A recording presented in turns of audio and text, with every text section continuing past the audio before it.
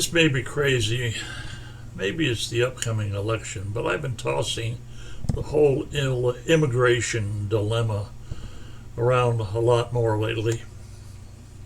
You see, when we pull that voting lever, our decision becomes a whole lot more important in matters such as this. Should we stomp down on immigration or double clutch the whole issue? Stay with me here and consider the whole matter.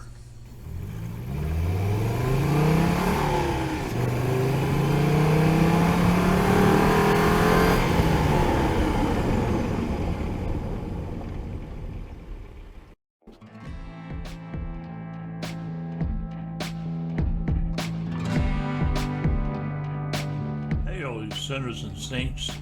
It's Pastor Tom here, the MotorSage. The problem of hosting the stranger is one we deal with a bit today. It's been on our mind as we choose national leadership. The problem I see it, however, is something far more important. It's one that's been around for many centuries. You see, from a time before Jesus was born, maintaining borders was a problem. Any shepherd who even now has charge over a flock will testify that we need to have borders. That's why that shepherd dog is called a border collie.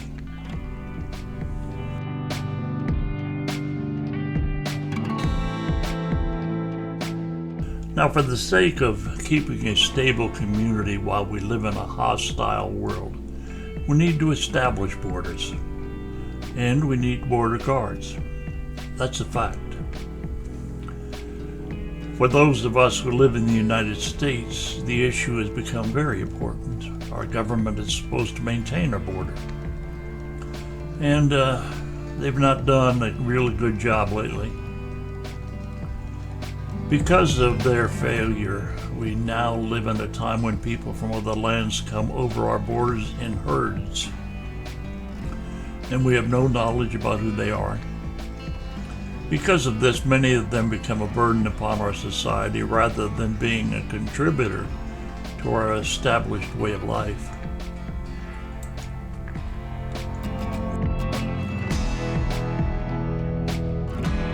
See, ancient Israel was a nation when that saying was written. A quote comes from the book of Exodus where it says, "You shall not oppress a stranger. You know the heart of a stranger, for you were strangers in the land of Egypt." Other instructions like that were also given in Leviticus.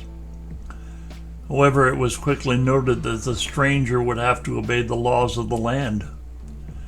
And it seems that's where the rub appears.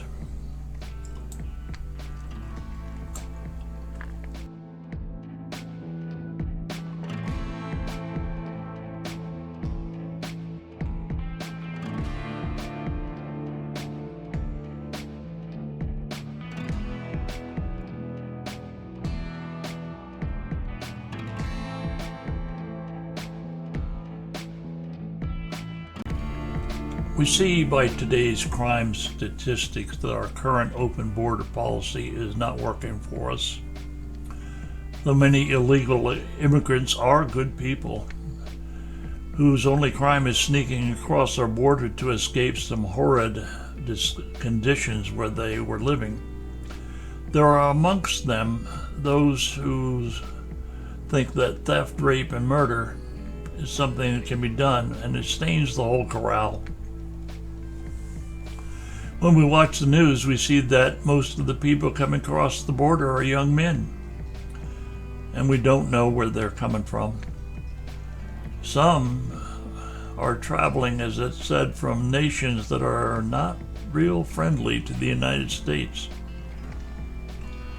You see, as a nation, we must strike a balance between welcoming the immigrant that will work alongside us for maintaining the stability and freedom that we've established here.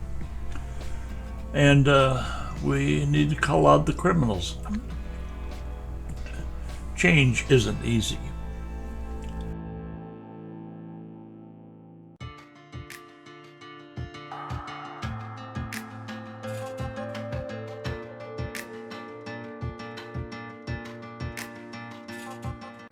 Foreign car companies experience resistance. I remember when Honda automobiles first appeared in our dealership some 50 or so years ago.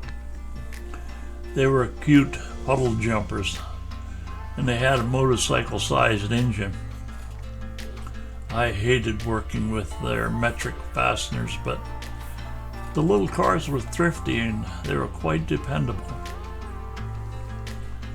That company was so good at quality control that they soon thoroughly invaded the American marketplace.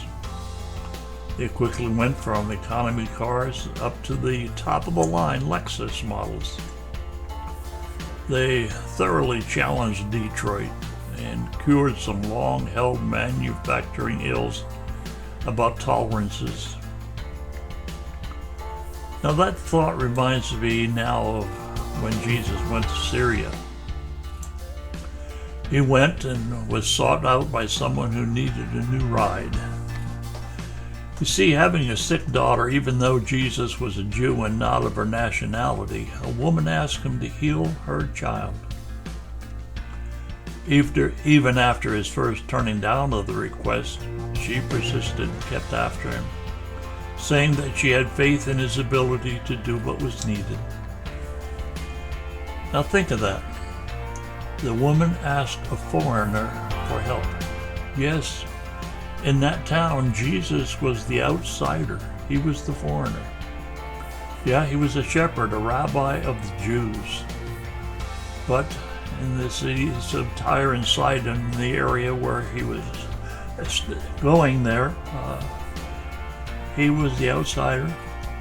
But she knew of his reputation, and she was rewarded eventually for her faith in him. So that makes me wonder, how much faith should we put into the stranger that comes into our midst? These foreigners.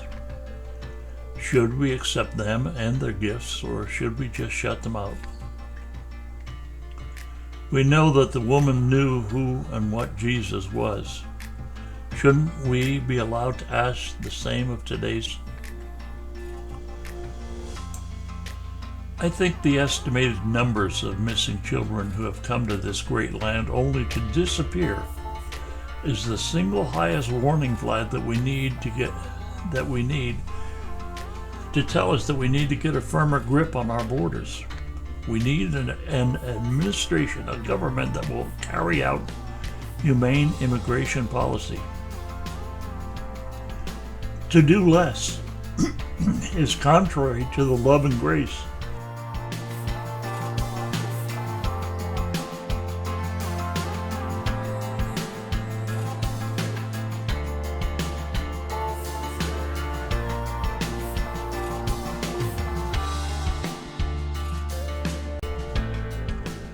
We know that we were once sheep caught in the thorns and thickets of sin.